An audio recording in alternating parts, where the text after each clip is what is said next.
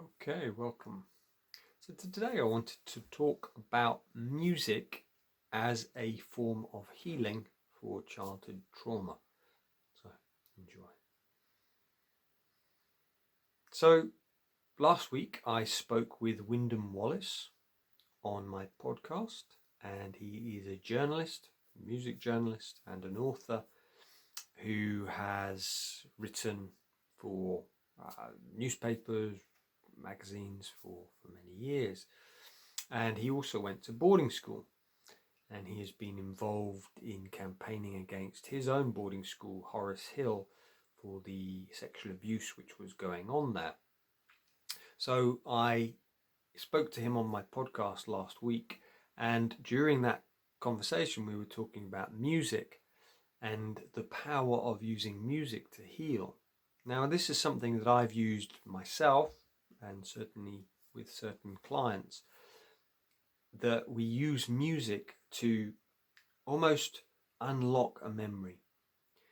Because sometimes trauma is stored in the body, often sound, smell, taste, touch, our five senses can awaken that trauma which is stored. One of the ways is somatically in the body. What am I feeling? But I've noticed that when I've listened to music that, for example, was played in my boarding house when I was 14, around the time of my friend's suicide, when I listened to the music again, it was like huge amounts of grief came up. Now, what I got from my conversation with Wyndham last week was that I've often listened to music that I liked and I had the albums of. What I've not done, which I'm going to suggest really for you guys who are listening, is that what I've not done is listen to the music which was being played, which I did not like. And I've done that this week. One of the groups that I really did not like, and that's the thing about boarding school, I'm laughing, but it's a bit, difficult, is that you are in a space where you have to listen to other people's music. You have no space, no privacy, so it's very difficult for you to go around and not be listening to what everyone else is. So I started doing that this last week, and the group in question was the Smiths. Now, I really did not like the Smiths, and my best friend, who I've had on the podcast, Will Verling, he loved the Smiths, and we shared a study for a year.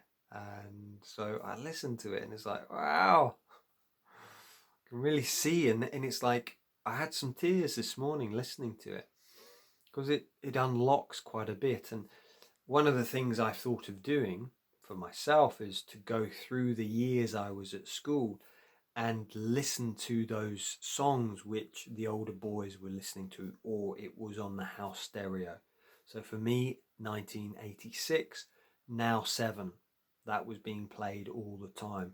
The Dead Kennedys, Sex Pistols, they were being played. So these are things that I've not listened to for years, not since then, but they were on in the background. I mean, Sex Pistols I was into, but I've not listened to Now 7, and I've not listened to the Dead Kennedys. So I think this is really important, and it's just another way of unlocking. So the question is, what do you do? Well, it's to listen to the music. Now, what I do, and this is what I teach my clients, is tapping on the meridian points, the end points of all the Chinese acupuncture and acupressure points.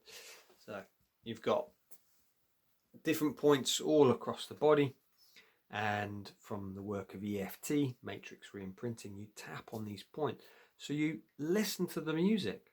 What does it evoke? I'd also invite you to write, and I was just reading Bessel van der Kolk's work, Body Keeps the Score, and he does talk about that. He says there are thousands of art, music and dance therapists who do beautiful work with abused children, soldiers suffering from PTSD, incest victims, refugees and torture survivors, and numerous accounts attest to the effectiveness of expressive therapies. However, at this point we know very little about how they work or about the specific aspects of traumatic stress they address. So I think it's really important. It's like this is something which has been out there for a long time, and we can use that. So one of the ways you can do it is go on to something like Spotify, go on to YouTube Music, and put in the year.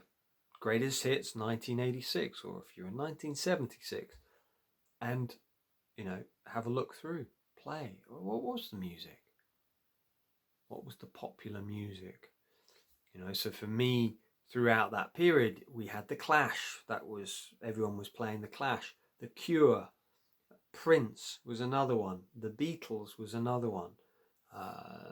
There were, different phases. The Manchester scene, Stone Roses, Happy Mondays. And it's to listen to them and breathe, acknowledge, write, maybe do some tapping, and just feel, yeah, this is what I feel.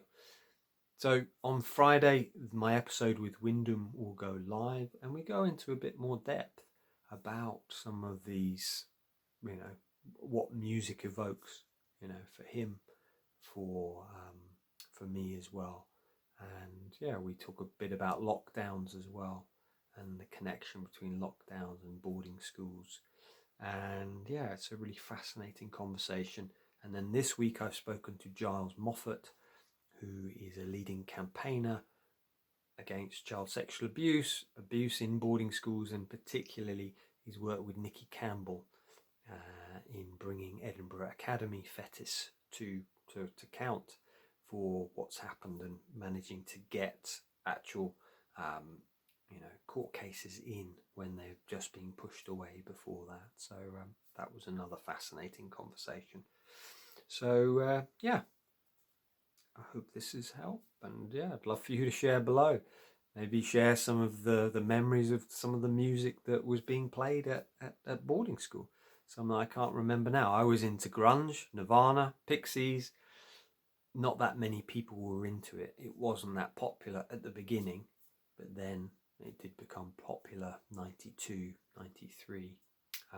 But, please list below what was some of the music that you loved at school, and invite you to listen to it. What does that evoke? So thank you so much, and yeah, I'll see you soon.